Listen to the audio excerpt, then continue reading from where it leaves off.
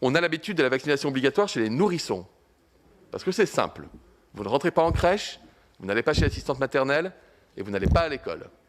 C'est contrôlable, c'est facile, c'est factuel, si je puis dire. Chez les adultes, moi, honnêtement, je vous avoue que je ne sais pas comment on fait. Je ne sais pas comment on fait.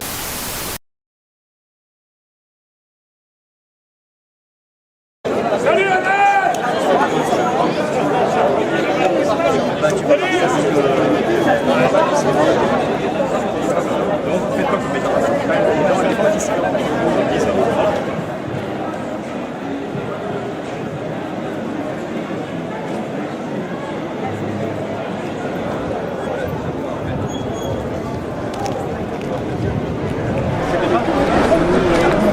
Bonjour, c'est pour Chiche TV, est-ce que vous pouvez vous présenter chichement? Je m'appelle Nguyen Bantan, donc citoyen du monde. Je me bataille pour une souveraineté des États-nations, justement, parce qu'aujourd'hui, vous avez un monopole, cette dictature financière qui a pris le pouvoir sur le contrôle de l'État. Ce qui fait que maintenant les États n'ont plus de politique de stratège, étant donné qu'il n'y a plus de banque nationale, puisque aujourd'hui, si vous ne dirigez pas la monnaie, c'est la monnaie qui vous dirige. Mais là, vous êtes là pour parler du vaccin entre autres, si vous voulez, du vaccin, c'est plus par rapport à l'histoire du pass sanitaire, mais en réalité, le problème, c'est qu'en dehors du pass sanitaire, on risque d'aller au-delà de cette politique du pass sanitaire où, justement, on est en train de bafouer la Constitution des libertés, justement, parce qu'il y a un pacte international déjà par rapport au droit de l'humain, des droits civiques et des droits de la santé, c'est qu'on ne soumet pas à qui que ce soit une obligation d'un soin ou d'une vaccination sans le consentement du citoyen. Vous voyez, il y a aussi la loi de Kouchner de 2002. Vous voyez, sans consentement avec une fonction généraliste. Parce qu'on va avec le généraliste pour demander s'il y a un peu des questionnements, est-ce que le traitement est valable ou pas, est-ce qu'on est d'accord pour participer à ce traitement, vous voyez.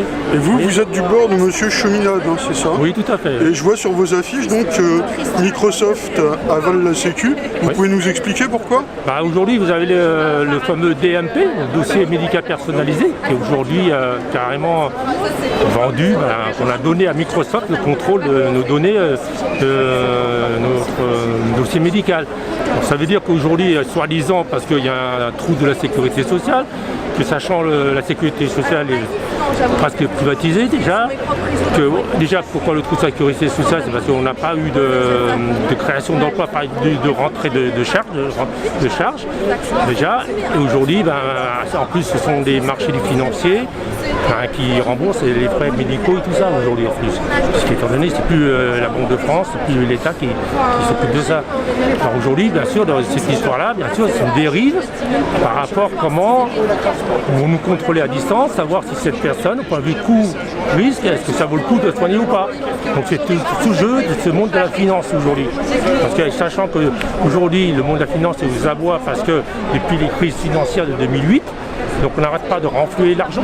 Donc en plus de ça, en plus soi-disant une dette qu'on a, une fausse dette, c'est une dette odieuse, une dette de spéculation financière, puisqu'il n'y a plus d'argent qui va vraiment sur l'économie réelle et physique aujourd'hui. Donc c'est entre autres de services publics. Parce qu'aujourd'hui, il n'y a plus d'écoles, il n'y a plus d'hôpitaux, plus d'entretien dans le chemin de fer, il n'y a plus d'entretien dans la gestion d'eau, de l'énergie, le problème de l'agriculture, puisqu'on n'a pas les moyens pour les agriculteurs de pouvoir produire correctement, vous voyez, et bien sûr pas d'argent dans la recherche scientifique et médicale. Voilà. Donc aujourd'hui, bien sûr, avec ce problème de Microsoft, avec les données, les assureurs qui est lié aux banques, bien sûr, aujourd'hui, donc la spéculation, c'est le coût. Est-ce que ça vaut le coup de soigner ce malade ou pas? Vous savez, c'est un peu ce qui s'est passé à l'époque en 84, je ne sais plus quelle année, à peu près 94, où Tony Blair disait que les vieux coûtaient trop cher. C'est ce genre de citation. Vous voyez? Et bon, maintenant, l'histoire, bien sûr, dans du pass sanitaire, c'est aussi l'histoire de la Constitution. Puisque dans la Constitution, c'est quand même le droit à tout être humain d'avoir une qualité de santé, une qualité de vie, d'apporter les soins, le travail, etc. Et c'est ça qu'ils veulent arrêter aussi casser. Et c'est pour ça que depuis 2 semaines, vous avez JP Morgan qui est arrivé sur les terres de la France. Si vous voulez, on a vendu les clés de la Banque de France carrément à JP Morgan. Aujourd'hui, ce sont les marchés financiers qui dirigent la politique. Bah, je vous remercie beaucoup. Voilà. Je vous souhaite une bonne journée. Merci beaucoup.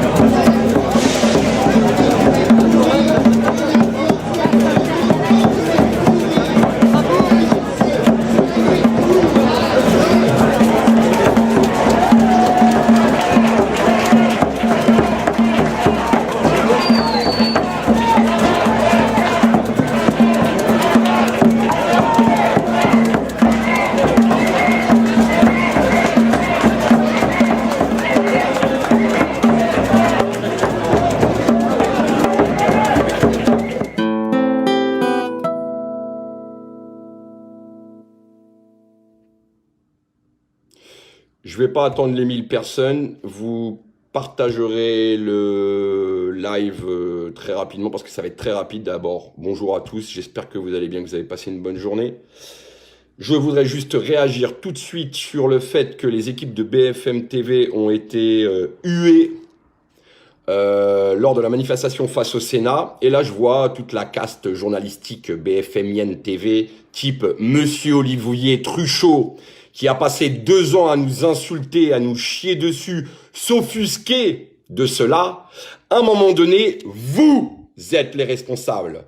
L'espèce de passe-plat qu'il y a sur un plateau et qui donne la parole à des simili-consultants, experts en tout, experts en la matière, qui savent parler du Covid, qui savent parler de l'écologie, qui savent parler des violences urbaines, qui savent parler des gilets jaunes. C'est de votre faute si aujourd'hui, les malheureux pigistes qui vont sur le terrain rapporter les images en prennent plein la gueule. Parce que ce que vous faites de leurs images, ce que vous faites de la parole donnée au micro, vous en faites de la merde. Et à un moment donné, c'est eux qui finissent par prendre. Donc moi, je vais présenter mes excuses à Igor Saïri, mais je présente pas mes excuses à BFM TV et toute cette caste qui aujourd'hui se permet de chier allègrement sur les gilets jaunes sans même leur donner la parole. Et qui finit par prendre? Ce sont les journalistes terrain. Vous en avez la responsabilité, rédacteur en chef que vous êtes, patron de BFM TV, de tous les médias mainstream. Hier, sur la manifestation des gilets jaunes, il y avait des médias mainstream. Pas un seul n'a interviewé les gilets jaunes pour leur demander le pourquoi de leur présence. Parce que ça les intéresse pas qu'on leur dise qu'on se bat contre le pass sanitaire, qu'on n'a rien d'anti-vaccin, qu'on n'en a rien à foutre du vaccin. On veut juste des réponses pour pouvoir être convaincu que la vaccination est le bon chemin. Et personne n'est venu nous poser la question. Alors, monsieur Olivier Truchot, sur ton petit plateau de grande gueule, quand t'auras les couilles et le courage d'inviter des grandes gueules de gilets jaunes, pour ne serait-ce que donner la vérité qui est celle du mouvement, et non pas la vérité de tes consultants, de ton fromager à moustache qui raconte que de la merde et qui passe son temps à insulter, on pourra parler correctement. On pourra parler correctement. Vous mettez en place un boycott de la parole des gilets jaunes. Voilà ce que vous êtes. Donc à un moment donné, à raconter de la merde, à trafiquer des images, faut pas venir se plaindre si vos journalistes se font huer et sortir de la manif. Je précise, je ne cautionne aucune violence. Je tiens à préciser à BFM Télé, qui me fait passer pour le violent, que le 27 janvier 2019, jour où j'ai perdu mon œil, il voulait passer par la fenêtre de l'hôpital pour pouvoir m'interviewer. Et ce jour-là, j'ai appelé au pacifisme. J'ai appelé au calme. J'ai pas appelé à la guerre. Alors vous arrêtez vos conneries de dire de la merde, vous prenez vos couilles, vous interviewez des gilets jaunes, et je parle pas de moi, d'autres gilets jaunes qui ont des choses intéressantes à dire. Hier, je me suis baladé avec une équipe de télé qui s'appelle Reuters. Reuters, c'est l'AFP mondial. Ils ont eu les couilles de me suivre pendant 2 jours pour raconter la vérité de ce qui se passe chez les gilets jaunes dans le monde entier. Dans le monde entier. France 3 est venu me filmer. Chez moi, j'ai toujours pas vu le reportage. Qu'est-ce qu'il y a? La parole, elle gêne en France? La parole, elle gêne en France? Alors moi, l'analphabète de base, je parle 4 langues. Je peux parler à toutes les chaînes du monde. Et eux vont raconter la vérité de ce qui se passe en France. Alors monsieur Igor Saïri, monsieur Olivier Truchot, monsieur Drahi, madame la chef de l'information, madame Pigalle, avec qui j'ai eu un entretien, qui m'avait garanti au droit à la parole des gilets jaunes sur leur plateau, quand ils viendraient à nous chier dessus, qui a même pas respecté sa propre parole. Et je te parle même pas de Marc-Olivier Fogiel, petit roquet du PAF qu'il était auparavant. Ça commence à bien faire. Voilà. Alors à un moment donné, vous faites votre job, d'accord? Vous arrêtez votre corporatisme, parce que vous avez monsieur Castaner qui disait que les Russes sont ceux qui créent la tourmente et qui mettent en place des trucs complotistes et compagnie, bref, comme quoi ils influencent les anti-vaccins. Monsieur Castaner, la seule chose qui est influençable, ce sont les médias, parce que vous influencez les médias, parce qu'ils y travaillent pour vous. Alors le mot collabo, je le crie haut et fort, dans le sens de la définition du dictionnaire première. Collaborer, travailler ensemble, avancer ensemble. C'est ce que vous faites aujourd'hui, BFM Télé. Vous collaborez avec le gouvernement. Et ma liberté me permet de le dire encore. Vous collaborez avec le gouvernement. Vous allez chez Larousse, le petit Robert, vous prenez la définition première. Travaillez ensemble. Vous travaillez pour le gouvernement. Voilà la famille. Partagez un maximum, gros coup de gueule, et tant pis si les journalistes doivent se faire éjecter de la manif en les huant. Je demande juste à on ne les touche pas, on ne les tape pas. Je suis contre la violence et je ne cautionne aucune violence physique et verbale. Tout simplement, on hue et ils sortent de eux-mêmes. Qu'ils aillent filmer la neige quand elle tombe. Ils savent mieux en parler qu'autre chose. Je vous fais un bisou la famille.